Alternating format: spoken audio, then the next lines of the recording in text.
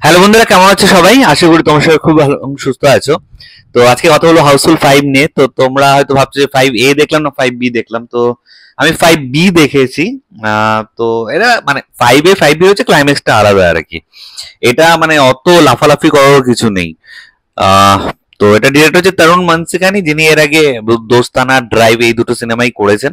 এটা তার third cinema এবং এটা যে কত কাঁচা কাজ সেটা মানে সিনেমাটা যারা দেখেছে তারা বুঝতে পারছে যে এই ডিরেক্টর মানে অ্যাকচুয়ালি ধূপেও টিকবে না আর কি।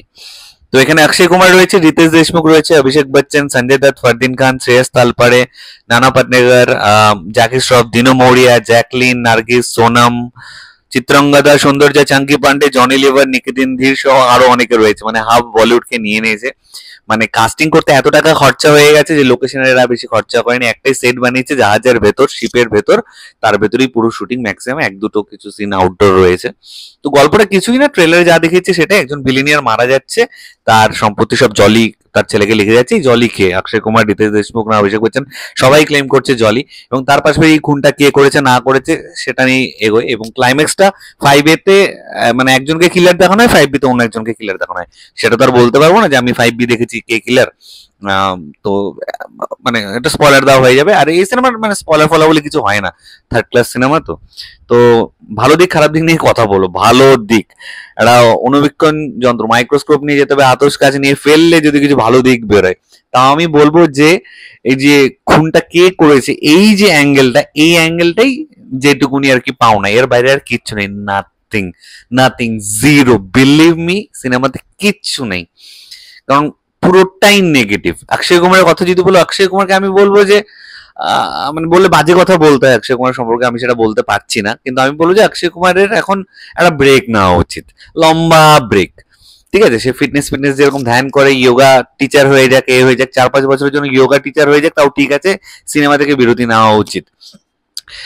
তো দেখো কি কি আছে এখানে, এক গাদা অ্যাক্টর নেওয়া হয়েছে, তো তাদেরকে তো ক্যারেক্টার গুলোকে তো ঠিকঠাক প্লেস করতে হবে রে বাবা।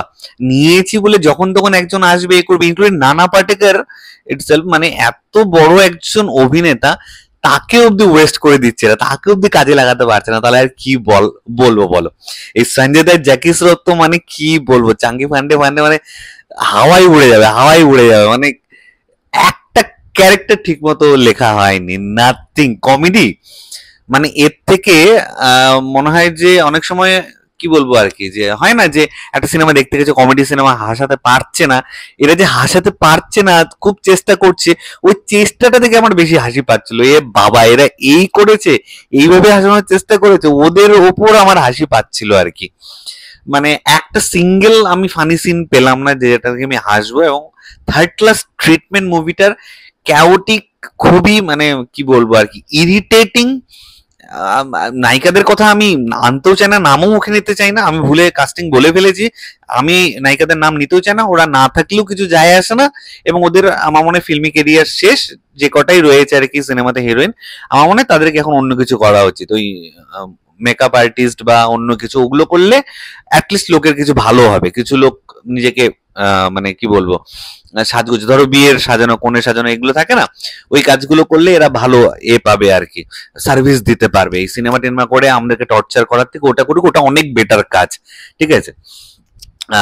তো অক্ষয় কুমারের কথা একটু বলি। অক্ষয় কুমার যেটা করেছে, যে ও ভেবেছে যে আমি তো ভালো অ্যাক্টিং পারি, মানে অ্যাক্টিং তো খারাপ করে না অক্ষয় কুমার, এটা মানতে হবে, অ্যাক্টিং ভালো করে।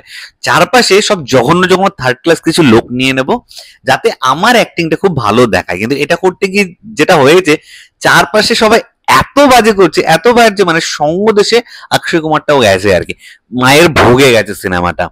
এর আবার 5A 5B। আমি যদি দুটো সিনেমা, আমি ভেবেছিলাম যে দুটো ক্লাইম্যাক্স আলাদা করেছি, দুটো একবার দেখি, বাপ রে বাপ, লাস্ট 10 মিনিট আলাদা দেখার জন্য যদি এই সিনেমার টিকিটের প্রাইসও অনেক হাই, মানে থার্ড ক্লাস। আমার তো মনে হয় মেকারদের সমস্ত টিকিটের টাকা ফেরত দেওয়া উচিত। হ্যাঁ, এবং এটা ডিরেক্ট ওটিটিতে রিলিজ দিলে খুব ভালো হতো। হ্যাঁ, ঘরে বসে যখন তখন এক ফাঁকে দেখে নিতাম, কেটে কেটে দেখে নিতাম, বা আজকে একটু দেখলাম, কালকে একটু দেখলাম, পরশু 1 বছর ধরে দেখতাম, তাও অনেক বেটার ছিল। হলে বসে সহ্য করা যায় না এই সিনেমা।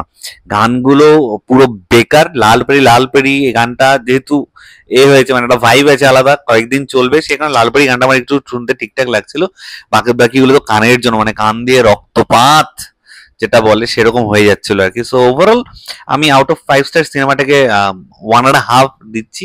2 স্টার দিতাম যদি স্ক্রিপ্টটাও ঠিকঠাক হতো, স্ক্রিপ্টটাও ভালোভাবে সাজানো হয়নি, অগোছালো স্ক্রিপ্ট, যখন তখন যে কোনো ক্যারেক্টার এসে যা খুশি চলছে, মানে কুচবি এবং ভিএফএক্স এর ভাই করে দিয়েছে, ভি ফর ভিএফএক্স না, ভি ফর ভাই করে দিয়েছে এরা, মানে থার্ড ক্লাস। এই ডিরেক্টরকে আর বলিউডে একটাও সিনেমা দেওয়া উচিত না, জঘন্য।